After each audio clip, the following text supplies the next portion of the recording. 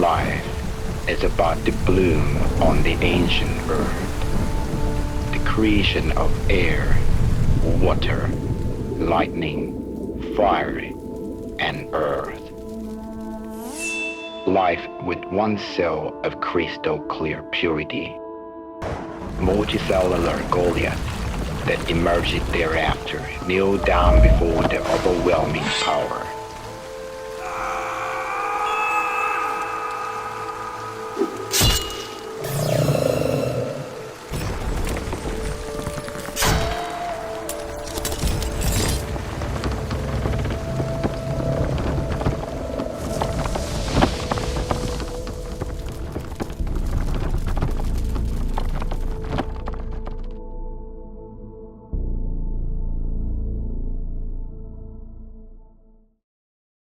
생물들은 미생물과 공존해 살아갑니다. 인간의 몸속에 들어있는 DNA의 99%는 인간의 몸속에 공생하고 있는 미생물의 것입니다. 고균이라 불리는 원핵 생물에게 잡아먹힌 뒤 고균과 함께 살게 되어 지금도 우리 세포 안에 살고 있는 미토콘드리아와 달리 미생물들은 우리의 몸을 무대로 삼아 독자적으로 활동하는 존재입니다. 다른 환경에 다른 생태계가 깃들듯이 우리의 몸 부위마다 각각 다른 조합의 미생물들이 존재합니다. 심지어 비슷해 보이는 오른손과 왼손의 미생물 군집은 80% 정도의 차이를 보인다고 합니다.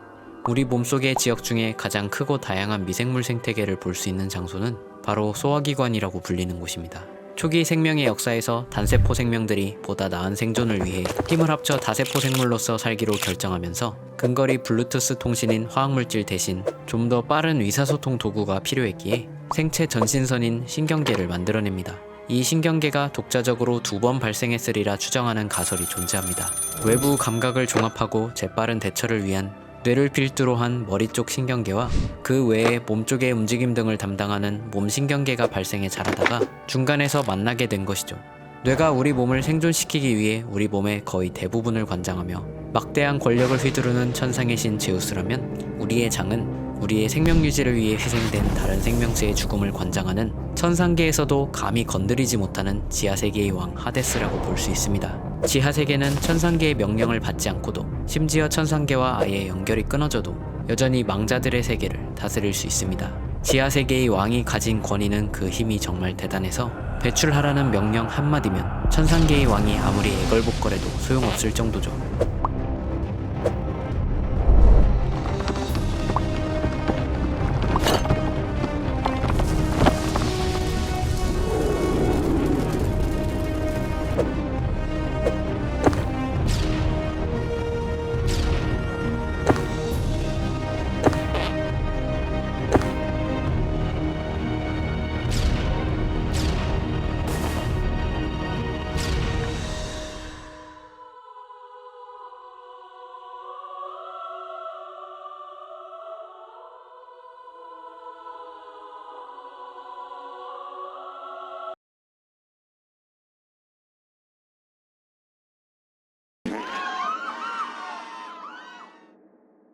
한편 우리 몸의 입장에서 보면 입부터 위와 장을 지나 항문까지 이어지는 거대한 튜브와 같은 소화기관은 우리 몸의 외부와 같습니다. 이 거대한 튜브는 온갖 외부 물질이 들어오고 나가며 많은 미생물들이 득식을 대기에 아주 풍부한 환경과 자원을 제공하는 공간이죠. 이 지하세계의 시민들은 언제든 우리 몸속으로 침입할 기회만을 노리고 있습니다. 하지만 이 튜브는 점액으로 덮여 있으며 그 점액을 좋아하는 박테리오파지가 지하세계 시민들의 출입을 막는 문지기 역할을 하고 있습니다. 지하세계의 미생물들은 DNA와 미토콘드리아처럼 우리가 부모님으로부터 물려받는 또 다른 자산이기도 합니다. 미생물들은 뇌에 필요한 신경 전달 물질이나 우리 몸이 쓸 에너지의 일부를 생산하기도 하며 우리 몸의 성장이나 면역계 발달 등의 분야에서 엄청나게 중요한 역할을 하기 때문입니다.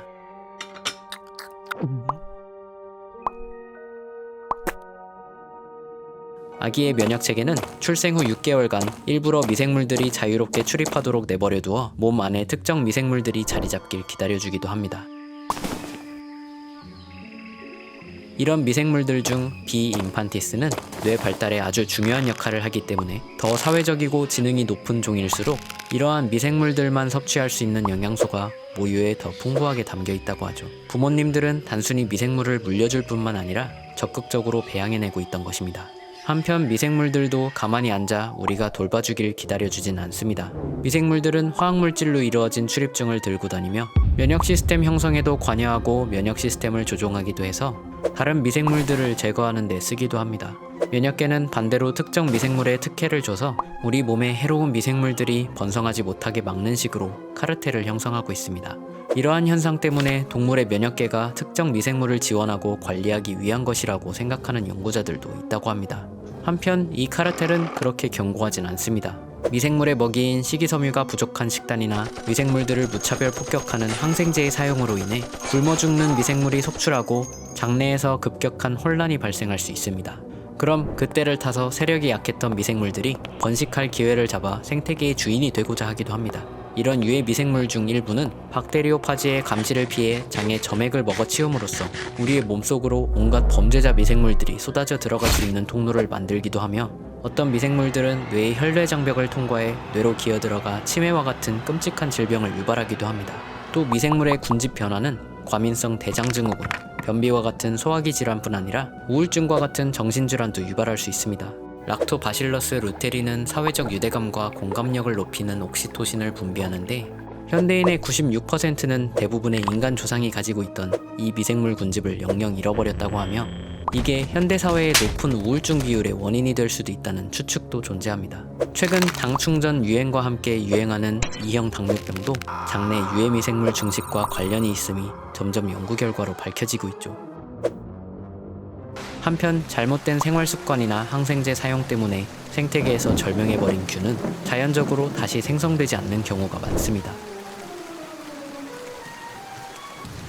생쥐를 이용한 실험에 따르면 식단에 조금만 변화가 생겨도 고유 미생물의 종류가 약 30% 정도 영구적으로 변해 다신 회복되지 않았다고 합니다.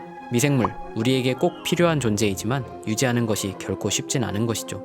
동물들은 오래전부터 이 사실을 알고 있었는지 중요한 미생물을 후대에 전파하기 위해 꾸준히 노력해오고 있습니다. 우리 인간도 이런 미생물들의 중요성을 점점 깨닫게 되면서 몸속에 유익한 미생물을 이식하기 위해 프로바이오틱스를 활발히 연구하고 있습니다. 프로바이오틱스란 개념은 메치니코프라는 과학자가 불가리아 사람들의 장수 비결이 그들이 마시는 요구르트 비스무리한 신우유 속 젖상균이라 생각하곤 몸속에 젖상균을 주입하기 위해 의도적으로 이 신우유를 따라 마신 것에서 시작됐습니다. 오늘날 현대적인 환경과 식습관으로는 우리가 가진 장내 유익균을 충분히 유지하기가 어려우며 앞으로 점점 더 많은 유익균이 다음 세대로 전달되지 못해 심각한 건강상 문제가 발생할 것으로 예상되기도 합니다. 반면 지금까지도 원시적인 식단을 유지하는 원주민들은 위궤양, 위산역류, 치핵, 변비, 과민성 대장증후군, 곁주머니병, 결장암과 같은 건강 문제를 거의 겪지 않는다고 합니다. 이에 여러 프로바이오틱스가 개발되고 있지만 문제는 프로바이오틱스 미생물들은 보통 장내 유래 미생물이 아니기에 장에서 집단으로 오래 생존하지 못하고, 그래서 장기적인 변화를 일으키긴 어렵다는 것입니다. 그래서 일반적으로 프로바이오틱스는 한 캡슐에 많은 수의 균을 최대로 때려박아 이 유익균들이 위산과 장내 환경을 최대한 오래 버티다가 쓸려 나가도록 하고 있습니다. 우리 몸속의 장내 미생물들은 EPS라 불리는 고분자 물질을 이용해 미생물막이라 불리는 일종의 유기물 아파트를 장내에 건설해 장 내벽에 찰싹 붙어 있습니다. 이 미생물막은 원시지구의 강한 자외선과 같은 매우 가혹했던 환경에서 버티기 위한 막이었던 것으로 추정되는데요. 미생물들은 이리저리 부유해 다니다가 이런 막을 만나면 한 장소에 정착할 수 있습니다. 이 아파트는 미생물들의 식량이 되어주기도 하고 미생물들이 활발히 상호작용할 안전지대가 되어주기도 합니다. 이 막은 외부에서의 진입을 쉽게 허용하지 않기도 하는데요. 그래서 앞서 균을 단순히 많이 투입한다고 해서 장내 생태계가 장기적으로 변한다는 보장은 없다고 했던 것이죠. 동아제약에서 개발한 이 특별한 EPS 균주는 한국인의 건강한 장에서 유래한 국내 최초 EPS 특허 유산균으로 우리 몸속의 각종 위액이나 췌장액 등의 강력한 모습을 보이고 장에 달라붙는 능력이 우수할 뿐 아니라 장내에서 EPS를 스스로 생성할 수 있어 자신뿐 아니라 다른 유익균들에게 영양을 공급하며 기존의 미생물과 조화롭게 공생할 수 있는 새로운 프로바이오틱스라고 합니다. 스스로 장내에 자기가 살 아파트를 지어 유해균의 활동을 억제하고 유익균을 도와 장내 생태계를 개선할 수 있다는 점에서 동아제약 EPS 균주의 특별함을 엿볼 수 있습니다. 살다 미생물까지 관리해야 하는 바쁘다 현대사회. 프로바이오틱스 시장의 새로운 바람, EPS 유산균에 주목해보세요.